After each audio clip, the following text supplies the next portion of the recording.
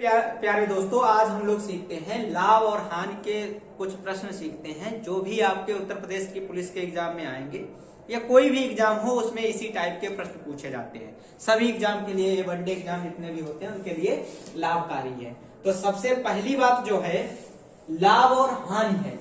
तो लाभ देखो कब होगा। लाभ और हानि समझने से पहले आपको क्या पता होना चाहिए, क्रय मूल्य किसे कहते हैं।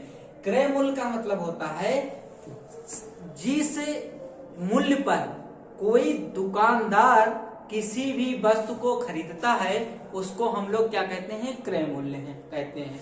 उसके बाद विक्रय मूल्य किसे कहते हैं कि दुकानदार खरीदने के बाद किसी वस्तु को जब बेचता है तो कुछ लाभ लेकर या कुछ हानि लेकर उसको क्या करेगा, बेच देगा। उसको हम लोग क्या कहेंगे, विक्रय मूल्य कहेंगे।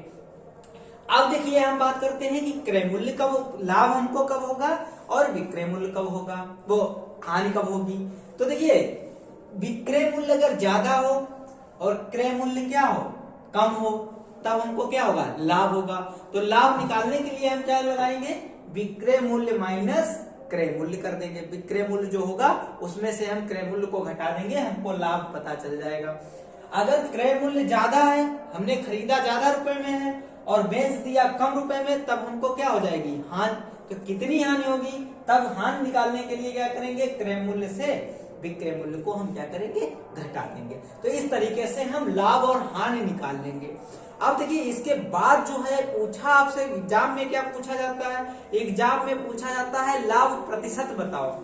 तो लाभ प्रतिशत निकालने का फार्मूला क्या होगा, सूत्र क्या होगा। किसी भी वस्तु पर लाभ प्रतिशत अगर पूछा जाए तो लाभ प्रतिशत का फार्मूला होता है लाभ बटे में आ जाएगा क्रय मूल्य। लाभ प्रतिशत अगर पूछा जाए तो होता है लाभ बटे क्रय मूल्य। ये ध्यान रखना, नीचे क्रय मूल्य ही लिखा जाएगा और गुणे कितना किया जाता है, 100 किया जाता है।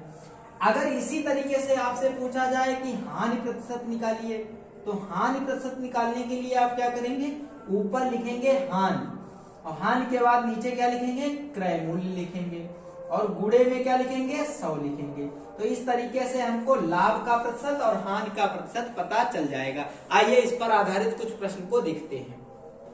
देखिए एक प्रश्न है कि एक पेन जो है वो खरीदा गया है कितने रुपए का, क्रय मूल्य उसका है 10 रुपए। एक पेन मान लीजिए, मार्कर ही मान लीजिए, 10 रुपए का खरीदा गया दुकानदार द्वारा। क्रय मूल्य 10 रुपए का है और विक्रय मूल्य इसका बेचा दुकानदार ने कितने रुपए में है, 12 रुपए में। कितने रुपए में, 12 रुपए में। तो आपसे पूछ रहा है बताइए इसमें कितने प्रतिशत लाभ हुआ, कितने परसेंट हानि हुई। तो देखो ये देख लो, विक्रय मूल्य ज्यादा है, क्रय मूल्य कम है, तो लाभ होगा। तो लाभ कितना हुआ, लाभ हुआ 12 से 10 जाएंगे तो 2 रुपए का लाभ हुआ। अब इसने पूछा है लाभ प्रतिशत बताओ, तो लाभ प्रतिशत निकालने के लिए क्या करेंगे, लाभ लिखेंगे और लाभ बटे क्या होता है, क्रय मूल्य होता है। गुणे में क्या किया जाएगा, 100 किया जाएगा।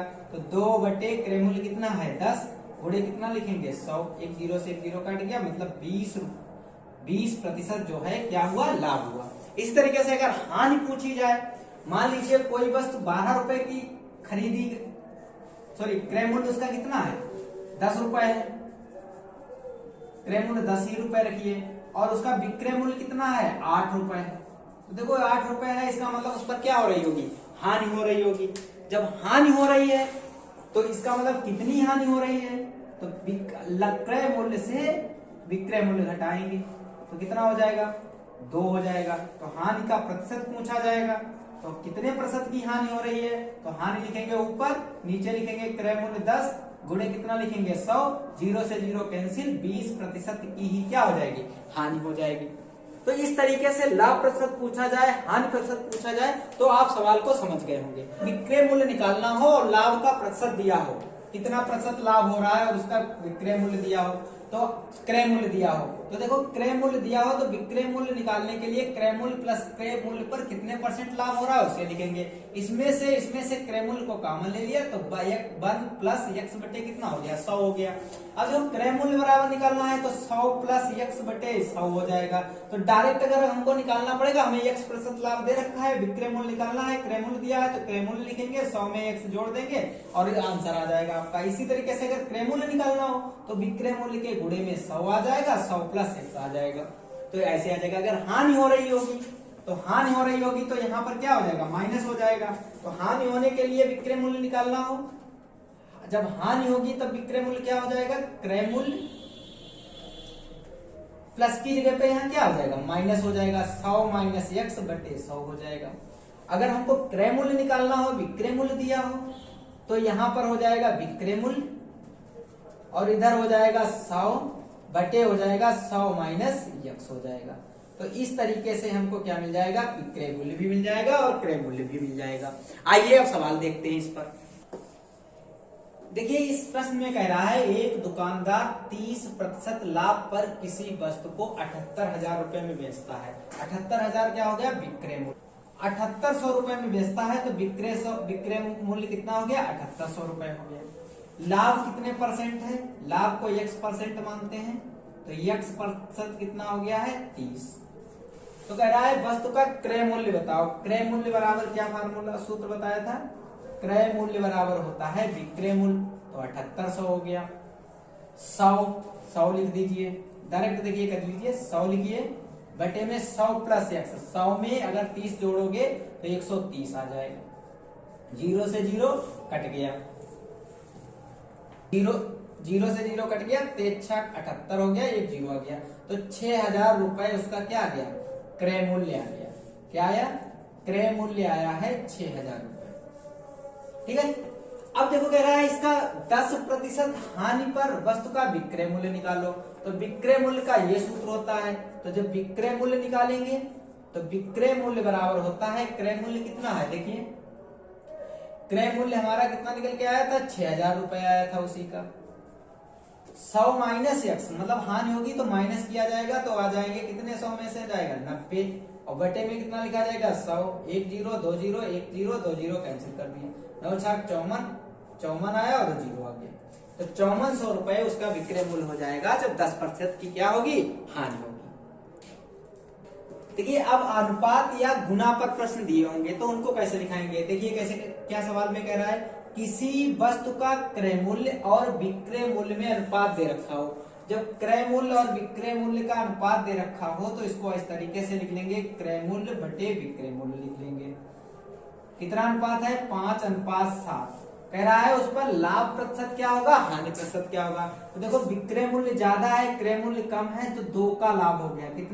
कितना लाभ हो रहा है, 2। अब पूछा है प्रतिशत लाभ कितना है, तो लाभ का प्रतिशत निकालने के लिए आपको सूत्र बताया था, लाभ बटे लिखा जाता है क्रय मूल्य और गुणे में क्या लिखा जाता है, 100 लिखा जाता है। तो देखो लाभ कितना है, 2 है, क्रय मूल्य कितना है, 5 है, गुणे में कितना कर दें, 100 कर दें। 5 से इसे काटेंगे तो 20 आएगा, 20 दूनी 40 आ जाएंगे, तो 40% का क्या हो रहा है, लाभ हो रहा है। देखिए इस टाइप का सवाल हो, किसी वस्तु का क्रय मूल्य, जब कामा लग जाए इसका मतलब वहां पर बराबर का चिन्ह लगता है, तो इसका मतलब वस्तु का जो क्रय मूल्य है वो बराबर है किसके, विक्रय मूल्य के 3/5 गुने के बराबर है। तो ये विक्रय मूल्य यहाँ गुणे में लिखा है, तो ऐसा करते हैं इसको बटे में भेज देते हैं।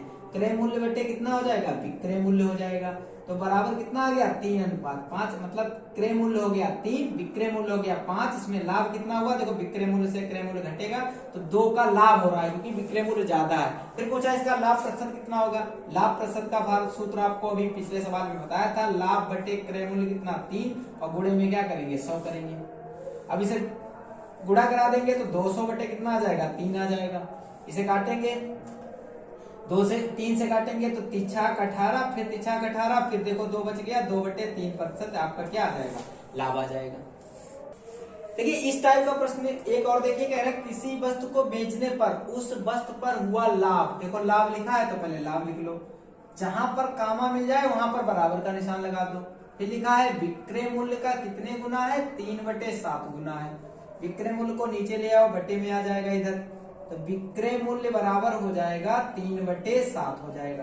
तो देखो लाभ कितना हो रहा है, लाभ हो गया 3, विक्रय मूल्य कितना हो गया 7। अब हमको देखो इसमें जब परसेंटेज निकालना हो, लाभ हो रहा है तो हमको क्रय मूल्य चाहिए होता है, और क्रय मूल्य होता है विक्रय मूल्य माइनस लाभ होता है। तो कितना क्रय मूल्य कितना हो जाएगा, यहाँ पर पहले लाभ निकालते थे, अब निकालेंगे क्रय मूल्य।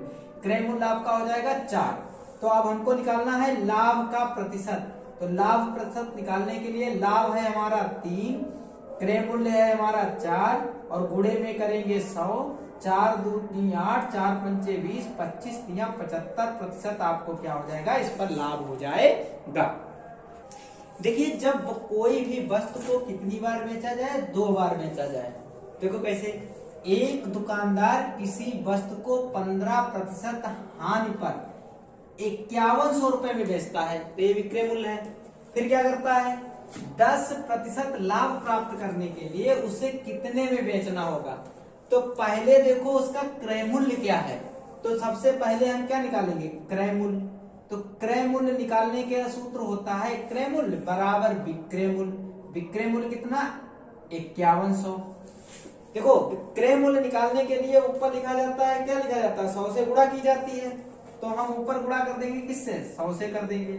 कितने % लाभ था, लाभ को क्या करेंगे, जोड़ेंगे नीचे, 100 में जोड़ेंगे, सॉरी हानि हो रही है तो हानि को घटाते हैं। 100 में से अगर 15% घटा देंगे तो ऐसे लिखेंगे 100 - 15, तो ये आ जाएगा आपका क्रय मूल्य। पहली बार जब खरीदी गई होगी तो 5100 बटे कितना आ जाएगा, 85, 70 पचे 85, 17 दूनी 34, 17 तिया 51, तो 300 आ जाएगा।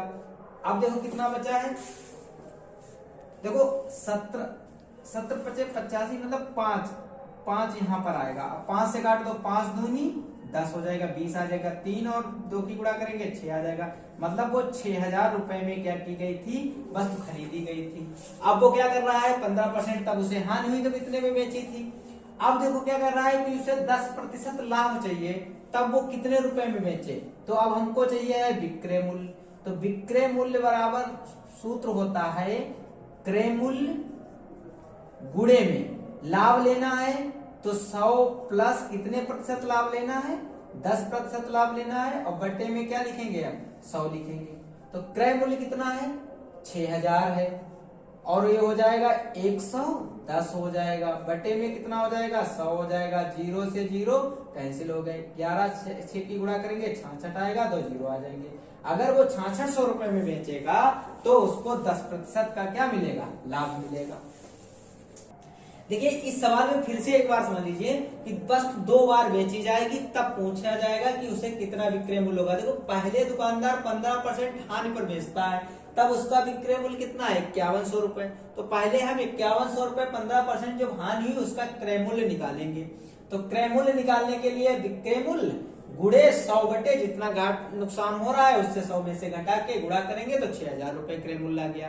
अब क्रय मूल्य पर हमको क्या फिर से बेचना है, तो हमको फिर क्या निकालना है, विक्रय मूल्य। तो क्रय मूल्य हमारा अब हो गया 6000 रुपए, दोबारा जब बेच रहे हैं तो बेचने पर 110 बटे 100 करेंगे तो 6600 रुपए इस तरीके से आ जाएगा। जब 2 बार बेचे किसी वस्तु को तो इस तरीके से लगाएंगे। देखिए जब कोई वस्तु कई बार बेची जाए, कभी लाभ हो कभी हानि हो, तो उसका अंतिम मूल्य क्या होगा, तो कैसे, पहला मूल्य लिख लेंगे। अगर लाभ हो रहा हो तो 100 प्लस x करके 100 से भाग कर देंगे, हानि हो रही हो तो 100 माइनस x कर देंगे। 100 प्लस x मतलब लाभ तो प्लस, हानि तो माइनस, बटे में 100, और लास्ट तक जितनी बार बेची जाए उतनी बार लाभ हानि होता चला जाए उसे लिख देंगे, अंतिम मूल्य हमको पता चल जाएगा। आइए देखते हैं, ए ने किसी वस्तु को कितने रुपए में खरीद कर 20000 रुपए में पहला मूल्य हो मिल गया। कितने रुपए में, 20000 रुपए में। चलिए खरीद कर 10% लाभ पर पहली बार बेच रहा है किसको, बी को, तो 10% लाभ तो 110 हो जाएगा। 100 में अगर लाभ है तो प्लस करेंगे 10% तो 110 बटे में कितना हो जाएगा, 100। फिर बी ने 20% लाभ पर सी को बेच दिया, तो 20% लाभ है तो 120 हो जाएगा, बटे में कितना, 100 हो जाएगा, गुणे सी ने 25% हानि पर 25% हानि की है तो माइनस करेंगे, 100 से माइनस करेंगे तो 75, 100 गुणे 100 बराबर किसको बेच दी, डी को। तो बताओ डी को कितने रुपए में मिली होगी, डी का मूल्य ये आ जाएगा टोटल। काटिए इसको, चलिए काटते हैं। 1 0 1 0, 2 0 2 0, 1 0 1 0, फिर इससे ये वाला 0, इससे ये वाला 0, इससे ये वाला 0। अब जो बचा है उसकी आप गुणा करा दीजिए। 11 2 की गुणा कराएंगे तो 22 आएगा, गुणे 12 बचेगा और 75 बचेगा, गुणे में डी का मूल्य हो जाएगा 22 और 12 की गुणा कराएंगे तो 264 आएगी, गुणे 75 करेंगे बराबर डी आ जाएगा, 75 इसकी गुणा कराएंगे तो 19,800 रुपए डी का मूल्य हो जाएगा। तो लास्ट में जब डी के पास खरीदना पड़ेगा डी को, तो उसको कितने रुपए देने पड़ेंगे? 19,800 रुपए देने पड़ेंगे, चाहे जितनी बार बेची जाए, और आप आराम से उसका आंसर निकाल देंगे।